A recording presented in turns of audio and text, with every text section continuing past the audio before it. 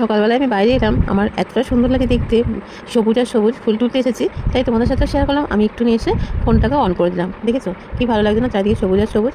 তা বলো সবাই কেমন আছো? Welcome back to my channel. আমি সুতবা চলে এসেছি, নিশ্চয়ই তোমরা ভালো আছো, আমিও ভালো আছি। তা ফুল তুলতে এসেছি, ফুলটা তুলে নিই, তোরা সঙ্গে থাকো আর দেখতে থাকো। তা দেখো ফুলটা তুলেছি, খুব একটা পাইনি, অল্প ফুলই পেয়েছে, যা পেয়েছি আমার চলে যাবে, বুঝতে পারছো। আর এত গরম কী বলবো, সেটাও তোমাদের সাথে শেয়ার করলাম। প্রচুর গরম জানো তো, কাজ করতে না করতে ঘেমে গেছি, দেখতে পাচ্ছ। আর আমি থেকে গরম সহ্য করতে পারি না একটু। তা আশেপাশে কাজ করতে করতে জানো তো আমি চান করার আগে সব কিছু করে রেখে দিই। তা সবজিটাও কাটতে বসে করলাম, সেটাও তোমাদের সাথে শেয়ার করলাম। তা আজকে পটল আর আলুটা কেটে নেবো, তারপরে আছে শশা আছে, তারপরে কাঁচা আম আছে। আর যা গরম, আম ডাল বা টক খেতে খুবই ভালো লাগছে জানো তো। তা সবজিগুলো কেটে দিচ্ছে। আর ছোলাটা দেখতে পাচ্ছ, এটা এত ভালো ছোলা হয় জানো, আমি এটা অনলাইনে অর্ডার করেছিলাম, খুব ভালো।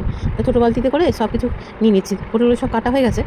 এবার নিয়ে নিচ্ছি আলুগুলো মানে এই ছোলাটা ঝিঙে যদি ছুলি না, এত সুন্দর ঝিঙের গায়ে সবুজ অংশটা লেগে থাকে জানো। দেখলে না পটলটা ছুললাম, কি সুন্দর ছোলা হয়েছে, এরকম খুব ভালো। তোমরা নেবে দেখবে, খুব ভালো হয় ছুলতে। তো সবগুলো তো আমার কাটাকাটি সব হয়ে গেছে। দেখো সবকে ধুয়ে মুছে স্নান করে চলে এসেছি রান্নাঘরে, বসিয়ে দিয়েছি চা খেয়ে নেবো। চা না খাতে তো জীবন মানে কী বলবো, চা না খেলে কিছুই খাইনি, এরকম একটা ব্যাপার।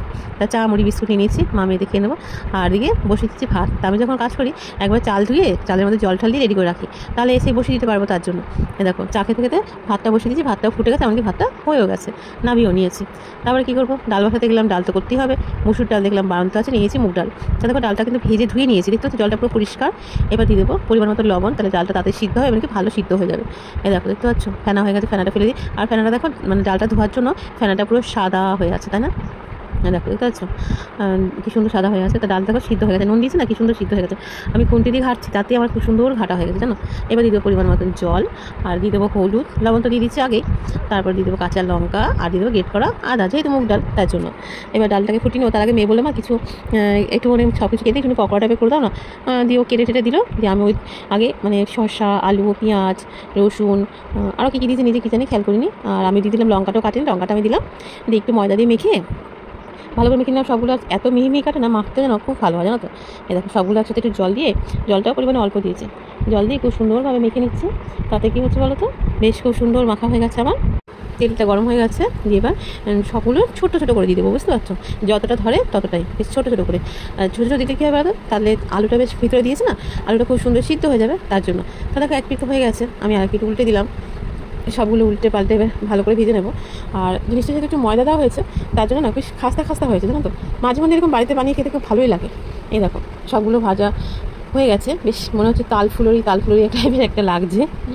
এবার সবগুলো একে একে তুলে নেবো, দিয়ে ওকে গরম গরম সস দিয়ে দিলাম, তুই খেয়ে নি জানো তো। আর খেতেও দুর্দান্ত টেস্ট হয়েছিল। তারপরে সেই ডালটার মধ্যে একটু জিরে গুঁড়ো দেওয়া হয়, জিরে গুঁড়ো দেবো, দিয়ে ওই যে তেলটা বড়া ভেজেছি তার মধ্যে শুকনো লঙ্কা, জিরে, তেজপাতা দিয়ে ডালটা ঢেলে দিচ্ছি। আর দেখতে পাচ্ছি কেমন ধোয়া হয়ে গেলো ডালটা সোমবারের দিকে। আর ওই ফোনটা আমি এগিয়ে ধরি, ওই জন্য ফোনটা না কীরকম হয়ে যায় ঘোলা ঘোলা ক্যামেরাটা। তো দেখো ডালটা ফুটে গেছে, কালারটা দেখে কী সুন্দর হয়েছে। তা বাটির মধ্যে কটা এলাচ দিয়ে দিলাম, তার মধ্যে ডালটা নামিয়ে দিলাম। এই তো মুগ ডাল, আর মুগ ডালে কিন্তু এলাচ দিলে ভালো লাগে, কিন্তু চিনি দিলে হতো, কিন্তু আজকে চিনিটা ব্যবহার করিনি, বুঝতে ঝালঝালি করেছি। তারপর আবার কড়াই বসিয়ে দিলাম, যেহেতু ডাল করেছি বলে কড়াইটা ধুয়ে দিলাম জানো তো, না লেগে পুড়ে যাবে না তার জন্য। তারপরে ওই কড়াই গরম করে তেল দিয়ে তা আলু ভাজাটা করলাম। ডাল আর আলু ভাজা এখন ডেলি রুটিন হয়ে গেছে, করতেই হবে, কিছু করার নেই। তা দেখো লাল লাল করে বেশ আলুগুলো ভেজে নিলাম। আর সেই পটলগুলো কেটে রেখেছিলাম না, সেগুলো এবার দেখো মধ্যেখান দিয়ে একটা করে ভাগ করে দিয়েছি, দিয়ে পটলগুলোকে ভাজা করে নিচ্ছি। তরকারি করতে গেলে যখন যেমন মনে হয় তখন সেরকম করি জানো তো, কখনো একবারে একসঙ্গে দিয়ে দিই, আবার কখনো আলাদা আলাদা ভেজে তুলি, যখন এরকম মনে হয় আর কি। এই পটল তো ভাজা হয়ে গেছে, তুলে নিয়েছি। পটল ভাজা তেলের মধ্যেই জিরে, শুকনো লঙ্কা, তেজপাতা দিলাম। এবার ফোড়নটা একটুখানি হয়ে গেলে দিয়ে দেবো কেটে রাখা আলুগুলো।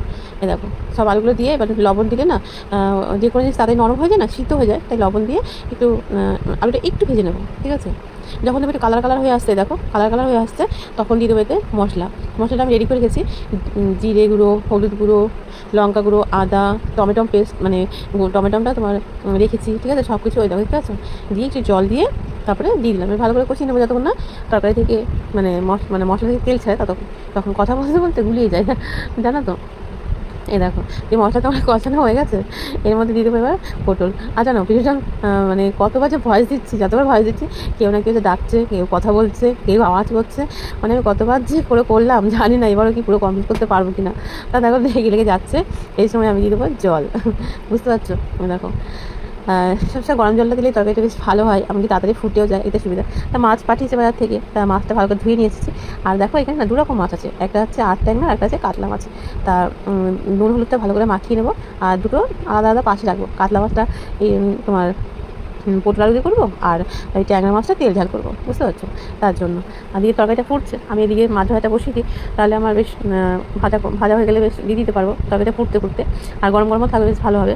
এই দেখো মাছ ভাজা বসিয়েছি, এমনি মাছটা ভাজাও হয়ে গেছে, তরকারি হতে হতে দিয়ে দিলাম চুলের উপরে।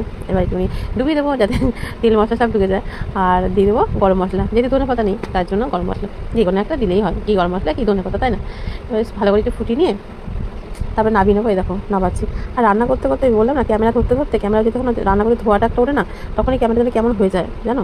তরকারিতে নাবিয়ে দেখো কত রকম রান্না করেছি, দেখো সবার খাওয়া হয়ে গেছে কিন্তু 2 রকম মাছ, ডাল, আলু ভাজা। তারপরে দেখো আমি এখন খাবো, তখন ওর বাবা একটা আনারস নিয়ে গেছে, তা বললো একটু চাটনি খাবে। তা আমি সবার খাওয়া দাওয়া হয়ে গেছে, আমি খাবো, এটা করতে তো বেশিক্ষণ টাইম লাগবে না, তাই আমি যে করে নিই। তাই কেটে নিলাম, কেটে নিয়ে একটু মিক্সিতে দিয়েছি জানো তো, তাহলে তাড়াতাড়ি হয়ে যাবে। তার জন্য যেদিন যেমন মনে হয় সেদিন সেরকম করি, আজকে মনে হলো যে বেলা হয়ে গেছে, তাদের এরকম করে করি, তার জন্য এরকম করে করছি, করে রেখে দিলে যখন তখন খাওয়া যাবে আর কি, এটাই। তা কড়াই বসিয়ে দিয়েছি, দিয়ে দিলাম পরিমাণ মতন সর্ষে তেল, খুবই অল্প করে, তার মধ্যে 5 ফোড়ন, তেজপাতা আর শুকনো লঙ্কা। আচ্ছা এটা দিয়ে একটুখানি ফোড়নটা হয়ে গেলে আমি ওই যে পেস্ট করে মানে মিক্সিতে দিয়ে একটুখানি করে নিয়েছি না, ওটা এবার তেলের পরে দিয়ে দেবো। এই দেখো এটাকে এবার দিয়ে দেবো, আর কেমন ছিটবে তাল ফোটার মতন, তাল যেমন জাল দিলে ছিটে না, সেরকম তা দিয়ে দেবো পরিমাণ মতন লবণ আর হলুদ। এবার নাড়ো, মিশিয়ে যাও। এখন কালারটা কেমন লাগছে, তখন হয়ে গেলে কালারটা দেবে কেমন লাগছে। তা দিয়ে দেবো পরিমাণ মতন আদা দিয়ে দিলাম, তা আদাটাতে দিয়ে ভালো করে নাড়ছি। এই দেখো নাড়তে ফুটে গেছে, আর আমি অনবরত নাড়তে হচ্ছে, তাল ফোটার মতন জানো তো, নাহলে ছিটছে।